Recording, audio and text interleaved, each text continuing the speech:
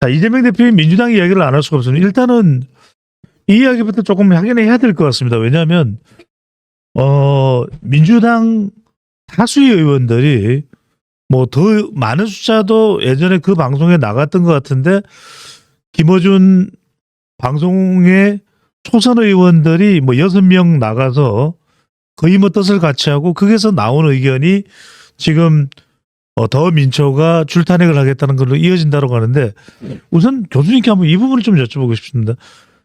민주당의 많은 의원들이 특정 유튜브에 나가고 그 유튜브에 영향을 받는 부분에 대해서 별로 민주당에서는 대수롭지 않게 생각하거든요. 그 지점은 어떻게 보시는지요? 제가 늘 얘기했잖아요. 사실 민주당 당수 노릇을 하고 있다 김어준이. 그거는 이제 전반적인 게 당이라는 게 오가니제이션이잖아요. 예. 오프라인의 조직이란 말이죠. 대표적인 조직이 세 개를 보통 얘기를 하는데 군대하고 교황청하고 정당이거든요. 그런데 이제 디지털 시대가 되고 인터넷 시대가 되면서 사람들이 모이는 방식이 옛날처럼 그런 정당 위주로 모이는 게 아니라 인터넷 이걸로 모이거든요. 네트워크로 모이는 거예요. 그러다 보니까 네트워크에 이런 그 군주들이 생긴 거죠. 새로운 신흥 군주들이. 예. 그들이 옛날에 팟캐스터였고 또 이제는 이제 유튜버가 되는 거고 유튜브 정치가 지금 민주당은 진작에 시작했던 거고 요번에도 사실 국힘에서 결국 대통령이 어디까지 갔습니까? 개헌까지 가는 사태에서도 거기 유튜브 정치가 굉장히 큰 역할을 했거든요. 그러니까 이들이 정당에다가 전통적인 정당에다가 과도한 영향력을 행사하면서 사실 정당을 잡아먹은 상태라는 거죠. 그러니까 사실 민주당 같은 경우에도 사실 의원들이 김어준한테 공천을 받는 시기예요. 김어준한테 공천을 받는 시기니까 거기 가서 김어준의 방송에 나가서 얼굴을 팔면은 그걸로 예. 뭐가 되는 거야. 그냥 공천장이 날아오는 그런 시대가 되는 거고. 그러니까 당선증 들고 다 김어준 앞에서 사진 찍잖아. 이런 상태가 벌어지는 거고 지금 초선 의원들이 거기 가서 이제 강경한 발언들을 하는데 예. 내가 볼 때는 이게 약간 그 약속 대령 같은 거거든요. 민주당에서 자기들이 하기 힘든 얘기들을 애들 시켜요. 강경파 애들. 강경파 애들 시켜서 막 떠들게 하고 그다음 위에서는 점점 빼면서 아니지. 그건 개인적인 의견이다. 개인적인 의견이다. 이러면서 가는 거죠. 사실은 지금은 아마 그런 상태가 아닐까 싶어요. 그래서 지금 줄탄핵 얘기하는 게 두 가지가 있는데 하나가 좀 전에 얘기했듯이 지금 당장 걸려 있는 건 바로 뭡니까? 마흔역 그거란 말이죠. 마흔역이고 또 하나는 뭐냐면 어차피 만약에 복귀하거나 뭐 이럴 경우에는 예. 윤 대통령이 복귀하거나 이럴 경우에는 그걸 할 수 있다라고 좀 거의 그 국무회의를 무력화시켜 버리는 거죠. 있다라는 건데 두 번째 가능성은 그렇게 높지 않기 때문에 첫 번째 가능성인데 이걸 하게 되면 만약에 김필성 변호사가 그 사람이 얘기했지만 이거 내란죄가 될 수도 있거든요. 왜 국무회의를 마비시킨다는 건 결국 뭐야? 국가의 기능을 마비시킨다는 거잖아요. 국가의 기능을 마비시킨다는 거고 입법 독재를 하겠다는 건데 대한민국 헌법이 뭡니까? 삼권 분립을 규정하고 있단 말이죠. 입법부, 행정부, 사법부의 서로 상호 견제를 이걸 깨고 그냥 입법에서 완전히 독재를 해버리겠다는 거고. 그러니까 이거는 사실은 잘하면 이거 내란죄가 될 수 있는 거다. 쉽게 말하면 국회의원들이 쿠데타를 하는 거라고 할 수가 있는 거죠. 그 위험을 지적을 하는 거예요. 예. 그래서 김필성 변호사 같은 경우에는 이제 멀리 나가지 말라라고. 왜냐? 저런 발언이라는 게 지금 상황에서 민주당한테 도움이 될까라는 그 유튜브를 보고 있는 김어준의 유튜브를 보고 있는 그 강성이 있잖아요. 완전 그 광신도들. 예. 광신도들한테 열광을 받을지 몰라도 그들 바깥에 있는 보통 사람들이 볼 때 저놈들 미친 거 아니야? 이런 소리를 듣는 거거든요. 근데 그들은 곧 대선을 치러야 되는 거예요. 그럴 때 그게 뭐가 되는 겁니까? 너희들이 오케이. 기업 잘못했어? 그 대통령 물러나지 않았냐. 그런데 너희들이 뭐 했냐라는 거예요. 탄핵하고 그것도 모자라가지고 29번 탄핵하고 그것도 모자라가지고 지금 주탄핵을 통탄핵. 그러니까 니들이 권력을 잡게 되면 도대체 나라가 어떻게 될 것인가 라는 불안감을 확 줄 수가 있는 거거든요. 그러니까 김필성 같은 경우에 나서가지고 그러지 말아라 제발 좀. 그런 차원에서 지금 세게 말한 거예요. 내란죄까지 갈 수 있다고 세게 말한 거죠. 예.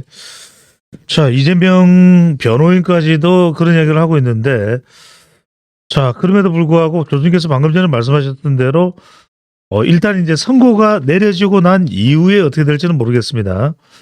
자, 그 다음에 또 하나 중요한 것이 이재명 대표의 30입니다. 네. 교수님. 일단은 두 가지 의견을 이야기합니다. 이게 일단은 첫 번째로는 시점. 그러니까 대선이 있을 경우, 이 대선보다 먼저 대법원이 선고를 내릴 수 있겠냐. 지금 여하튼 간에 상당히 좀 상고 이유서나 이런 것들은 빨리 서서 진행이 된다라는 그런 이야기가 나오고 있긴 합니다만 그 부분하고 또 하나가 대법원이 선고를 내린다 하더라도 파기환송이 일반적인 것이거든요. 그럼 이 판결이 좀 잘못됐으니까 다시 고등법원으로 돌아가는데 일각에서는 뭐 파기자판 이야기합니다. 그러니까 대법원이 판결을 바로 내려줄 것이다. 이 지점은 어떻게 보십니까? 주진우 변호사가 주진우 의원이 이제 그 얘기를 좀 하는 예. 것 같고요. 사실은 그 전에 그 얘기를 합시다. 2심 판결이 좀 이상하거든요. 예. 그러니까 2심 판결에서 뭐냐면 사진을 갖다 이렇게 오려낸 거 이거 다 사진 조작이라고 얘기를 하고 조작하는 게 아니잖아요. 보통 우리 그렇게 하잖아요. 그렇네요. 요거 봐라. 왜냐면 그걸 강조하기 위해서. 왜냐 주의를 그쪽에 주목시키기 위해서 확대죠. 확대를 하는 건데 예. 그걸 갖다 사진 조작이라고 얘기한 부분이 좀 찜찜하고 또 하나는 뭐냐면 백현동 사건에서 그 협박이라는 말을 갖다 강조하기 위한 표현이고 표현의 자유에 속한다라고 했거든요. 근데 강조한다는 게 결국 양적인 거예요. 뭐 배보다 배꼽이 크다 뭐 이런 거라는 거지. 그런데 그게 아니라 여기서 문제가 됐던 것은 협박이다라는 것은 뭐냐면 자, 그 인허를 한 주체가 누구냐의 문제거든요. 예. 인허가 주체한 게 너냐 아니면 국토부였느냐. 라는 거잖아요. 근데 이재명은 나는 하고 싶지 않았는데 국토부에서 이걸 했다. 이거잖아요. 그러니까 질적으로 다른 문제라는 거예요. 질적으로 다른 문제라는 거죠. 그러니까 사실 내가 그러니까 이재명이 그 당시에서 정확하게 얘기하려면 뭐라고 얘기를 했냐면 뭐 국토부에서 요청한 것도 있고 사실은 내가 판단한 겁니다. 내가 판단하고 내 권한에서 했습니다. 하지만 뭐 국토부에서 요청한 바가 있었습니다. 예. 이렇게 얘기하면 괜찮은 거죠. 근데 국토부에서 협박을 한다 그러고 더 나가서 뭐라 그러냐면 내가 안 해주면 국토부에서 날 직무유기로 고발하겠다고 하지도 않은 얘기를 한 거예요. 그러니까 이거는 뭐 명백한 거짓말이잖아요. 근데 이걸 갖다가 그냥 표현의 자유 내지는 그 압박을 갖다가 무슨 뭐랄까 의견 표명 협박이다 의견의 표명에 불과하다 그렇습니다. 이렇게 봐버린 거거든요. 그래서 요거는 지금 2심과 1심이 좀 판결이 다르잖아요. 예. 근데 재밌게도 바로 뭐냐면 1심과 2심의 사실관계는 하나도 달라진 게 없어요. 그러니까요. 사실관계 하나도 달라진 게 없는데 판결만 다르잖아요. 전형적인 3심 사례예요. 전형적인 3심 사례입니다. 그렇죠. 그러니까 선거법이 이 사건에 적용되느냐 안 되느냐 이걸 하기 위해서 사실 대법원이 존재하는 거거든요. 대법원이 존재하는 거고 그렇기 때문에 사실은 3심에서 뒤집힐 확률은 2심에서 뒤집힐 확률보다 2배 정도 높거든요. 3.4% 정도 돼요. 게다가 이 사건 같은 경우에는 좀 그렇잖아요. 1심에서는 굉장히 중한형을 받았는데 2심에서 무죄가 나서 극과 극으로 달라지거든요. 그러니까 3심 판단이 어떻게 나올지 모르는 거예요. 3심 판결이 어떻게 나올지 모르는데 문제는 뭐냐면 이제 시간의 문제. 시간의 문제가 있고 일단은 2심에서 이재명이 무죄를 받았어요.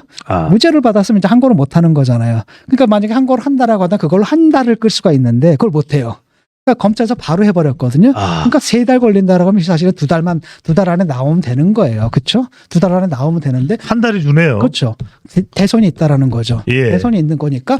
근데 문제는 뭐냐면 그래서 파기를 할 경우에 이게 만약에 그냥 오케이 이거 그냥 인정을 해버리면 그냥 그걸 끝이 나는 건데 게임이 오버가 되는 건데 만약에 대심에서 또 한 번 뒤집어 가지고 파기를 할 경우에 이게 또 1심 갔다가 또 2심 갔다가 또 올라오는데 얼마나 걸려요? 시간이 걸리는 거예요. 예. 그래서 이제 얘기하는 게 바로 뭡니까? 파기 자판을 해라. 파기하면서 니들이 형량을 내려라. 라고 하는 거거든요. 근데 그건 사실은 아마도 그 실현 가능성이 높지는 않아요. 많은 경우는 아니라면서요. 많은 경우는 아니라고 할 수가 있는 거예요. 예. 뭐 왜냐하면은 일단은 정치적 부담감이 있는 거예요. 대법원에서는. 그러니까 사실은 심판 3심 판결 있잖아요. 그 판결 자체를 대선 전에 내릴까?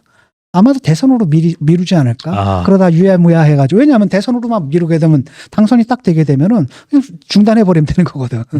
그럼 자기들의 부담감을 벌 수가 있다라는 거죠. 그래서 과연 이게 사실 나라의 운명을 확 바꿀 수도 있는 거잖아요. 그러니까 수십만, 수백만, 수천만 유권자가 참여한 선거의 결과를 바꿀 수 있는 판결을 과연 대법원에서 내릴 것인가 이런 부분이고 대법원 엄청나게 부담을 가지겠죠. 그 부분에 대해서. 그런 다음에 또 다른 한편으로 설사 그걸 갖다 하더라도 파기 자판이라는 것은 사실 점점 사라지는 추세거든요. 그렇기 때문에 그 관행을 되살려서 하기에는 부담스럽지 않느냐. 그래서 파기 자판이라는 건 국힘의 이제 희망사항이고 그 대법원에서 그렇게 할 가능성 그렇게 높지 않다라고 보는 게 맞습니다. 예. 교수님 그러나 저러나 공직선거법 이 위반 혐의에서 이재명 대표가 무죄를 받은 게 굉장히 좀 정치적인 파장은 큽니다. 근데 이제 그렇다고 해서 이재명 대표의 리스크가 다 해소됐냐? 그건 아니잖아요. 그렇죠. 리스크가 이제 해소된 건 아닌데 문제는 뭐냐면 이제 그 84조가 이제 문제가 될 거예요. 음. 대통령은 이제 내후 외환의 죄를 범하지 않고 소추되지 않는다라고 했을 때 그 소추의 의미가 뭐냐라는 거예요. 예. 형사 기소되지 않는다는 거냐, 아니면 재판까지도 면하느냐 이런 거라는 거죠. 이거 가지고 이제 한동안 논란이 될 겁니다. 상당히 논란이 될 것 같고, 왜냐하면 정설이 없거든요. 거기에 대해서는 어떤 사람들은 재판이 중단된다는 해석이 맞다라고 하는 거, 또 어떤 사람들은 아니다, 재판은 계속 되어야 하는 거고, 재판이 계속돼서 유죄가 나오게 되면 사실 그 당선 무효가 된다, 이렇게 주장하는 사람들이 있거든요. 여기 정설이 없기 때문에 이거 가지고 또 정치적 논쟁을 엄청나게 벌일 겁니다. 한편으로는 정치적으로 논쟁이 되고, 그다음에 학계에서 아마 논쟁이 될 거예요. 근데 결국은 이걸 누가 하게 되냐면 대법원이 할 텐데, 대법원에서 이 판단 못 내립니다. 그러니까 아마 재판을 갖다 중지시킬 가능성이 상당히 커요. 예. 그렇게 되면 이게 또 누굽니까? 이 가만히 있지는 않거든요. 어떤 식으로 또 헌법재판소를 가져가거나 또 이러겠죠. 그러면 헌재로 가는 거고, 아마도 그것 때문에 뭐 마은혁이니 뭐니 그 논란이 시작되는 게 요번에 이제 탄핵 심사 건도 있지만, 예. 그 다음에 계속 벌어질 이런 사안에 대한 대비가 아니겠느냐, 라는 거죠. 근데 이런 일이 계속해서 불안한 상태에서 누군가가, 그게 뭐 이재명 대표든 아니든 누군가가 재판 리스크를 털지 못하고 대통령 자리에 오른다면 국민들은 계속해서 갈등을 빚고 또 탄핵을 외치고 그런 상황이 그런 상황이 갈 거예요. 멈출 수가 아마도 없는 거 아닙니까? 국민의 절반은 이재명이 대통령이 된다 하더라도 마음속으로 승복을 안 할 거라는 거예요. 마음에 여러 가지 이유 때문에. 왜냐하면 이 사람 그냥 놔뒀으면 사실 아웃될 사람인데, 예. 재판이 지연된 정의는 정의가 아니라고, 재판이 지연되는 바람에 아직까지도 그 자리에 있는 거 아니냐라는 마음이 있는 거죠. 그렇기 때문에 아마도 그 똑같은 일들을 저들도 겪지 않을까 싶어요. 예. 그리고 잘 생각해 보세요. 민주당이 위기에 빠졌을 때가 언제인지. 조국 사태 때 위기에 빠졌죠. 자기들이 다수였어요. 그렇죠. 다수고 대통령도 갖고 있었죠. 그때 막 나가다 그렇게 된 거 아니에요. 그러니까 이들이 사실은 지금 그때보다 의석이 더 많아요. 네. 그다음에 이번에 대통령은 뭐냐, 그래도 문제는 그 순한 맛인데 이재명은 매운맛이거든. 응? 매운맛. 네. 그동안에 또 그 민주당 지지자들도 완전 극단화되고 더 극성스럽고 더 극단화됐단 말이죠. 이들이 결집된 에너지가 어떤 일을 벌어질까. 여기다 국민들의 반감도 엄청나게 클 수가 있는 거거든요. 네. 오히려 그렇기 때문에 민주당의 위기는 민주당이 가장 강력할 때, 그래서 무소불위로 날뛸 때, 그때 이제 위기로 이어지는 거고, 그렇게 되면 국민들이 그걸 못 받아들이는 거잖아요. 사실 조국 국면 때 한번 생각해 보세요. 예. 누구였습니까? 이쪽 대표는 사실 누구예요? 그 총리 누구죠? 이낙연? 아니 말고 저 국힘 대표. 깜짝. 이거 총리 하던데 누구야? 황교안? 황교안. 네. 앉아서 무슨 개표 조작설 얘기하고 막 이러고 있을 때 아닙니다. 근데도 그때도 왜 그럼 대선에서 왜 이겼느냐? 간단하거든요. 조국 사태로 인해 가지고 민주당이 그냥 오버한 거예요. 거기에 대한 국민들 반감들이 확 있었거든요. 그래서 윤석열이 시대 정치인이 돼가지고 사실은 대통령 자격으로서 상당히 이제 그때 이미 당선되기 전부터 문제가 됐던 거 아닙니까? 네. 그러니까 국민들이 너한테 많은 거 바라지 않아. 그냥 공정과 상식 이것만 해줘. 이걸 바라고 이제 뽑아준 거거든요. 그러니까 그와 비슷한 상황으로 또 몰고 갈 겁니다. 계속해서. 왜냐하면 지금은 다 가졌잖아요. 190석에다 행정부 권력까지 가졌단 말이죠. 거기다가 이제 뭐 자기들 뭐 임명하고 그래서 헌법재판소도 지금 자기들이 이제 장악하려고 노력하는 거 아니겠습니까? 그다음에 나중에 뭐 대법원장 뭐 하고 어떻게 가고 완전히 장악을 해버리게 되면 그때 이제 폭주를 할 수도 있는 거죠. 네. 그렇게 되면 그러자라도 갖고 있었던 불안감들, 불만감들, 공포감들 이런 것들이 이제 실질적인 상황하고 맞물리게 되면서 그 폭발해서 나올 수가 있는 거죠.